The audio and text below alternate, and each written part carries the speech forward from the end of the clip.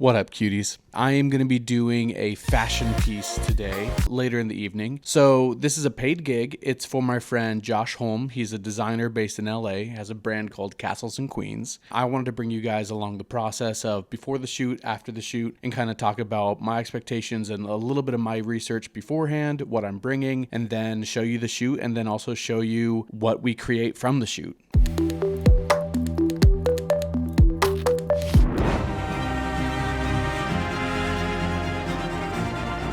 For Castles and Queens. It's a spring summer 24 shoot. The shoot is called Bad Company. Now I have not seen the clothes yet, so I don't really know what that means, but I'm assuming Bad Company maybe a little bit edgier, a little bit moodier, which is dope. We have two models, one guy, one girl, and it looks like I'm arriving and Josh, the designer, is arriving at 4:30 p.m. somewhere in Hollywood, and we're going to be starting to do setup and probably talk about where we want to shoot. We're going to be looking at locations. We're going to be talking to the models and kind of almost like creating a shot list there. It looks like we're starting to shoot at 6 p.m. and it looks like we're hoping to end by 8 p.m. Now it's a really small window, but I know that if it's a few pieces of clothing, like, you know, if it's between 3 and 12, I know we can get that pretty easily. I've worked with Josh before.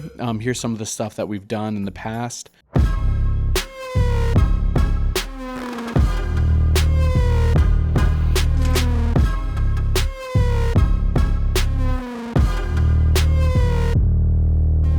These kind of shoots for me are a lot of fun because you can kind of just run around and get things that interest you right then. We're not too connected to the shot list unless Josh has an idea of like, I want this kind of shot like this, and then we'll go for it. But usually everything is extremely doable then and there with very little prep, which is nice. I'll be shooting on my GH5. I'll also be bringing the XE4 to do some 8mm emulation. My friend Evan Schneider has created something called Fake 8 Film Labs, and that is an incredible 8mm emulator if you want to bring 8mm into your shoot, but you don't want the cost associated with it. I'll be bringing my Ronin SC, the smallest one, so that way I can just be nimble, jump around however I want. I'll be bringing my Sigma 30mm and also my Tokina 11 to 16.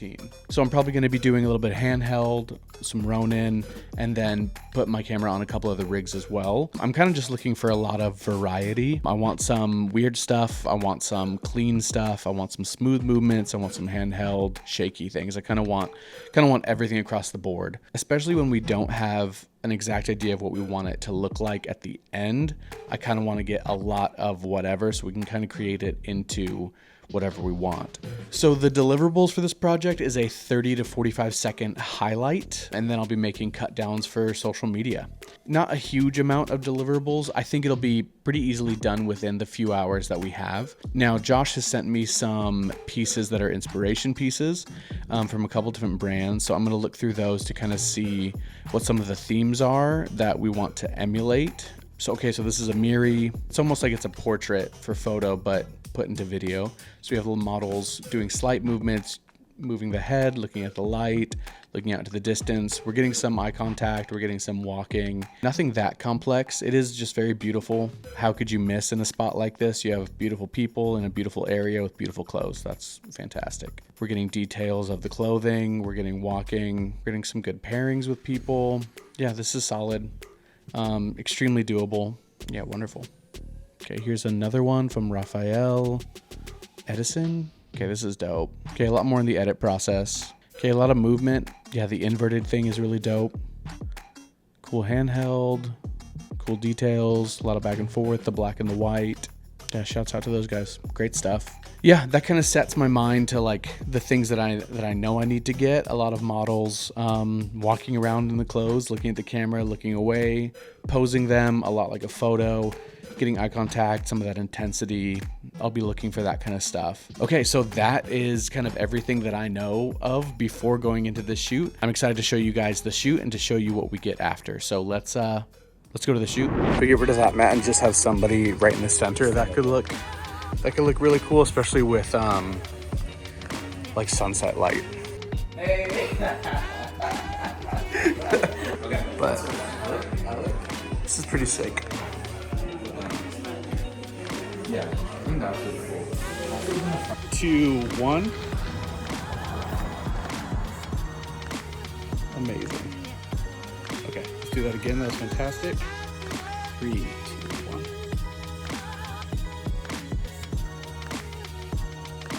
3, 2, 1. Wonderful. Go for it. All right, let's have you go back the other direction.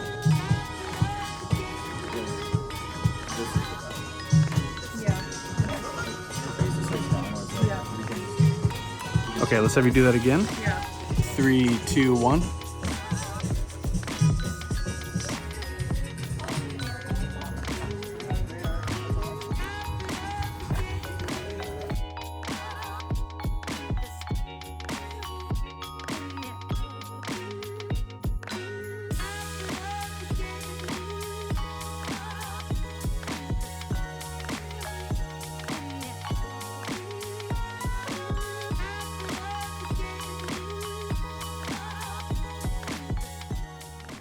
Okay, what's up guys? We are 11 days since the shoot. Josh is coming over today for a little bit of a client edit. Today I'm going to be pulling selects and going through everything. The shoot went pretty well. All my expectations beforehand ended up being kind of accurate. We had to get a little clever with a bunch of things, as we always do. For rigs and stuff, I ended up shooting on my gimbal a good amount, also a lot of handheld, and I found that my monitor absolutely sucks. When it is bright daylight, I can't see anything. As much as I tried to change the brightness, it's a throwaway monitor, so be warned. So for the edit structure, we talked about it kind of on the day of. We kind of want it to be slow at first with like the daylight stuff. And then whenever it gets dark, we want to go edgy and fast. So that's going to be a fun little thing within the edit. The house was a little difficult to shoot in. We wanted some of the pillars, some of the windows, some of the foliage and the harsh light. So we had to kind of shoot around the stuff that makes a house, you know, like the numbers on the wall or the mailbox or whatever. So when we got there, Josh and I location scouted and found a few places we wanted to shoot. We looked around and found some props. We found the mirror, we found the couch, just things that kind of like added to the vibe. So we played around with those. The shoot originally was going to be about 3 to 4 hours. It ended up being around 5 hours. The XE4 was amazing with the 8mm. Also, Evan's in the office today. You can see him back there.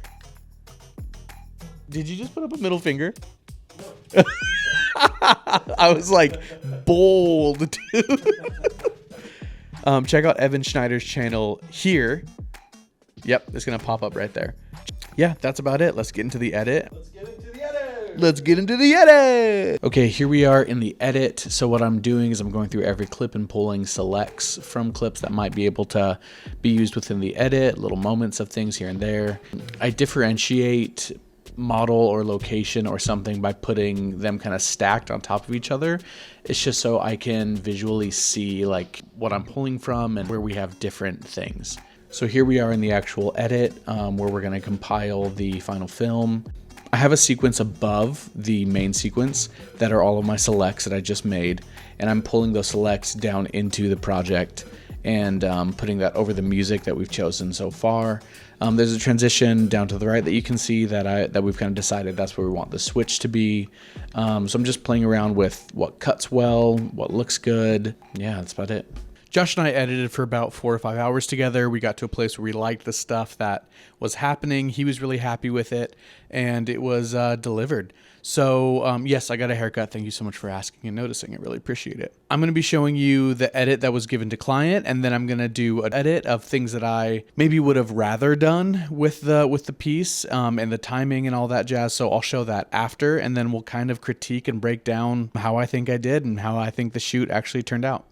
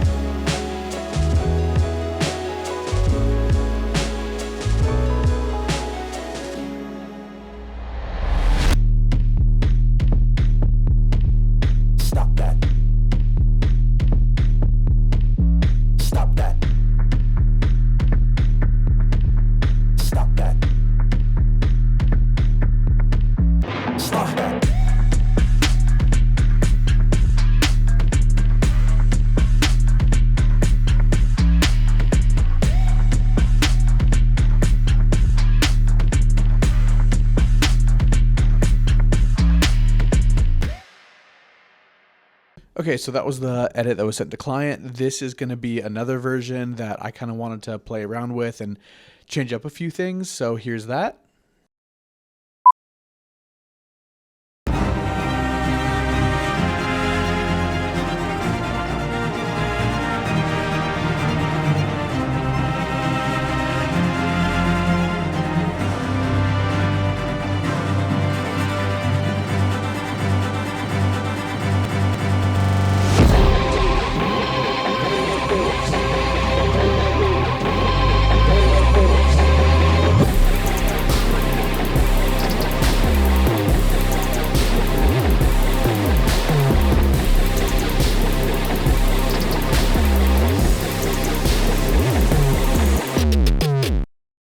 So some of the things that weren't my favorite within the first edit were how long the beginning was. I mean, in all honesty, music in general is like my biggest frustration within filmmaking. I have a couple different licenses for different sites or whatever, all the stock music stuff, but man, that is like honestly one of the hardest parts of making anything for me.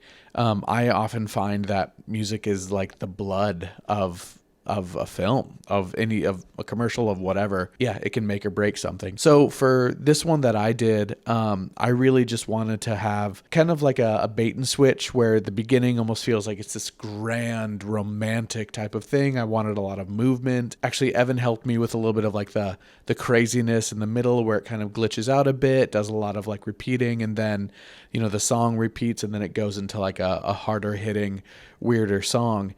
So I was happy with that. I think it's under a minute. I think it's fun. Let me know which one you guys prefer, the first or the second. Both have been sent to client, but the first one was like the client approved. They're happy with it. We're good to go. The second one was kind of more of a director's cut / just like, I want to fool around with this a little bit more, see what else I can get out of it, just be inspired by stuff. Please let me know if you have any suggestions for music and where you get your stuff. I feel like it's very hard to find music that doesn't sound like it's stock. Obviously, Music Bed, incredible, but they're also very expensive. So for something like this, I just don't know if the budget on the client's end makes sense. Still a great service. Fantastic. I use them for weddings and other bigger projects all the time. Okay, so kind of like jumping into a little bit of like critique. I think looking through it, I would focus a little bit more on the color grading within the actual video. Like within the house scenes, it's just very dark and I'm not getting anything that dynamic. Variety, I think like with the amount of time that we had, I'm happy with what I got.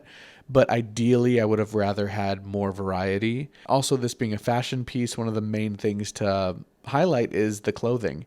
And I think I did a 6 to 7 out of 10 with that. There's some that are very easily captured. Like the dress is fantastic to capture. The white blazer was more difficult.